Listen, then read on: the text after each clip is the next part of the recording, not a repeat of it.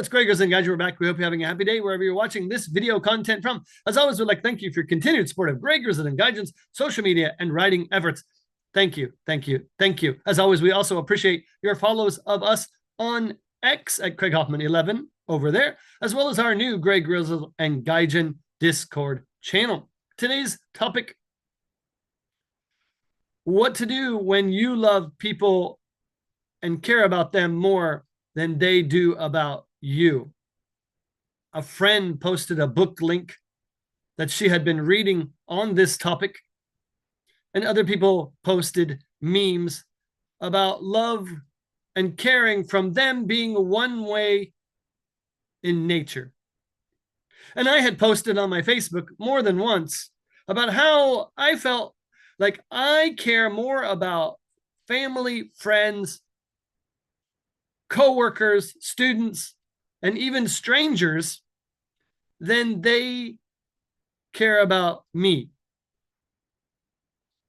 I don't know how true that is, but I feel it, and so it's a valid feeling.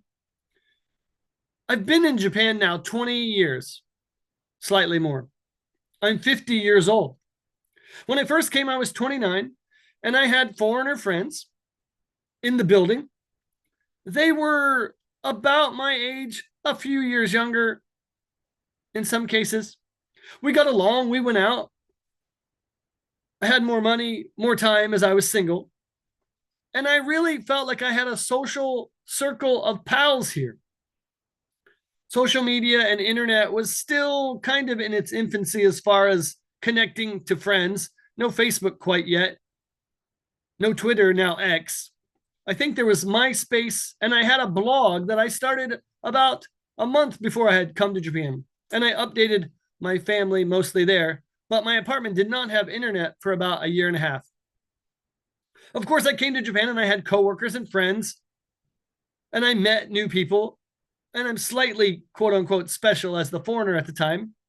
And I feel like in the in circle.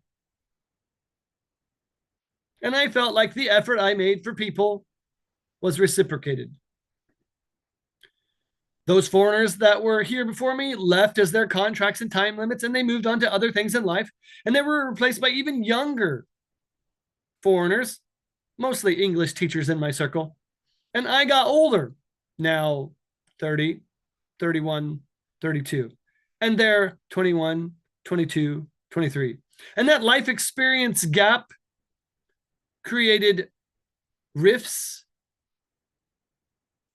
and attitudes and ego on both sides, likely at that age, created conflicts. So I found myself very alone. Maybe one other foreigner who had also been sort of ostracized to some degree, closer to my age, I hung out with. And then he left. And it was basically me, myself, and I for about a year and a half. And later, other friends, new foreigners came, and that kind of glossed over. I found a girlfriend, we got engaged, we got married, and I went down that path. So here in Japan, every day I come home to someone, plural, who care about me, maybe because they want to, or perhaps because they have to. It's difficult to say. And as the years passed, I call my mom every week. And there was a little disagreement at some point about 5 years ago. She thought I shared a lot on Facebook, too much about my life and childhood and feelings. And people go running to her, friends and family, and say, oh, Greg Grizzle and Gaijin said this about something. Not giving the full story, just a glimpse, a sliver of information, the juicy parts. And that annoyed me with some of the family and more than a few of the friends, but I let it go. And people ask me here all the time, what's America like? I don't know. I haven't been there in a long, long time. I haven't lived there in more than 2 decades. Difficult to say. Of course, I read the news. I talk to friends and family through social media mostly. So I keep up on the goings of my hometown area, the state, and the country as a whole. I'm an avid news reader. but I'm not there. I don't know. So when I have opinions on America, my friends and family are quick, like, you don't know, you don't live there. And of course, they have opinions of my life here when things go south or not as I might like them. And they don't know how things work here in Japan.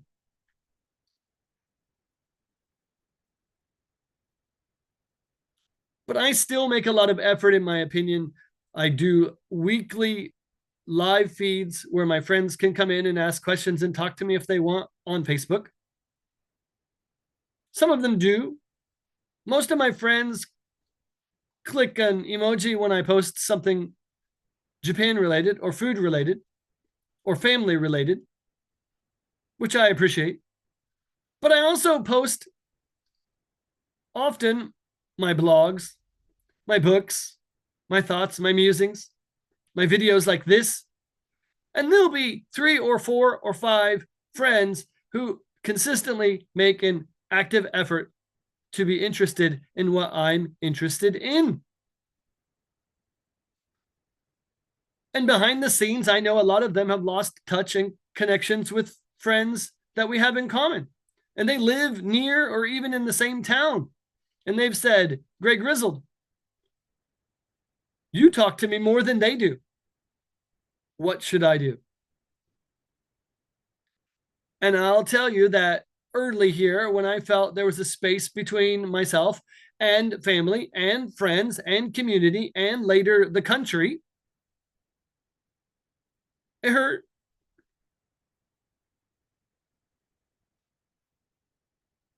And I got colder. I was telling my great friend, and she said the same, where you almost become not emotionless, but separated from those emotions and very careful who and how and when you give them to people. And that works generally. My coworkers knew nothing about me when I had the job recently. Most foreigners here know nothing about me, generally. My family in America knows basic things about me, more than most, because I post on Facebook. But beyond the photo, beyond whatever I comment or posted, they don't know what daily generally goes on in my life beyond my breakfast, lunch, and dinner photos. And perhaps that's as it should be, because their opinions and thoughts and feelings on that wouldn't change what I do. And of course, the reverse is also true. I'm like, hey, let's chat, let's talk, show me your life. And my opinions, thoughts, and feelings on how they run their life and live their life wouldn't change what they do, and only sought and seeks and brings out a lot of animosity and hard feelings because things are quickly misunderstood, misconstrued, and miscommunicated. So over the years, maybe it's a Japanese thing that I've kind of come upon and vicariously inherited within my heart to let people be them. Seeing people do things in public, I just keep walking. Seeing problems, keep walking. I saw a foreigner lost the other day. I could have gone up and said, hey, can I help you? But I walked near enough. And if they had been so moved, they could have asked me for help and I would have helped. But there would have been a time in my life I would have been like, hey, are you okay? Especially first early time in Japan. Are you okay? Can I help you? Do you know where you're going?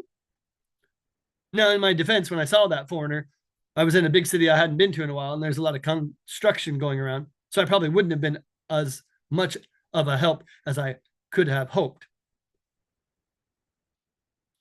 But it's odd to be so distant in such close quarters.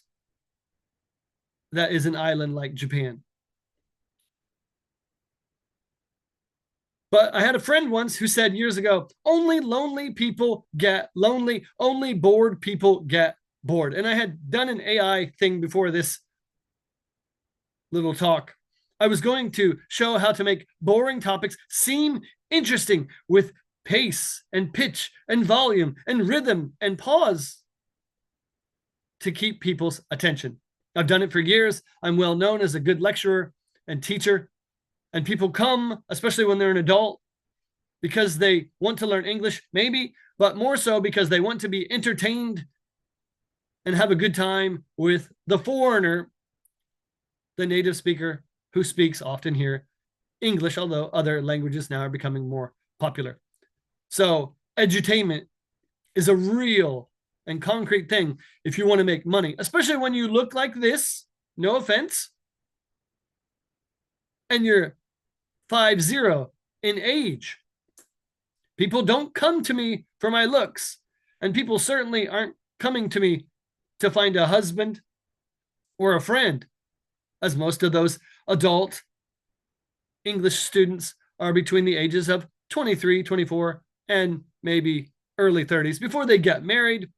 They have families and they quit, and you get a few of them back after their husbands retire and they want to get out of the house, or their kids are out and on their own. And those people quit when those kids that they have children and they become grandparents. And often these days, like in America, main caretaker, the picker upper from preschool and nursery school here, or PTA, quote unquote, volunteer, which it generally is not here. You got to be entertaining. But you got to be your own best friend. And I said in the beginning of this, what's the advice when you love people more than they love you or care about you? At least in action, deed, and even word and contact. I have friends, I have written, hey, how's it going, buddy? It's been a long time. They left Japan. 7.5 years. I'm still waiting for an email. And I could be annoyed by that. But instead, I let it go for a good long while. And finally, this year, I unfriended them on Facebook, and they did not notice at all. We spent time daily in Japan hanging out, doing all sorts of things: dinners, movies, karaoke, chess. I have been completely forgotten. And so it goes.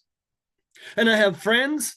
I have been on Facebook now for 18 years. Some of them I have not spoken to beyond that initial click of a button that says friend me, except in 18 years. And I have close family, a brother I have not spoken to in more than 20 years.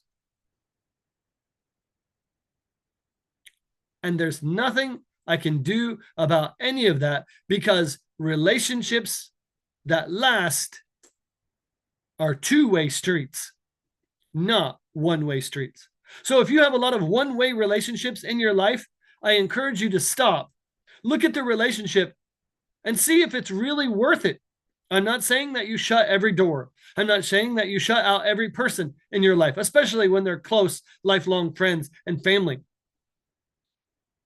But friendship and family have limits.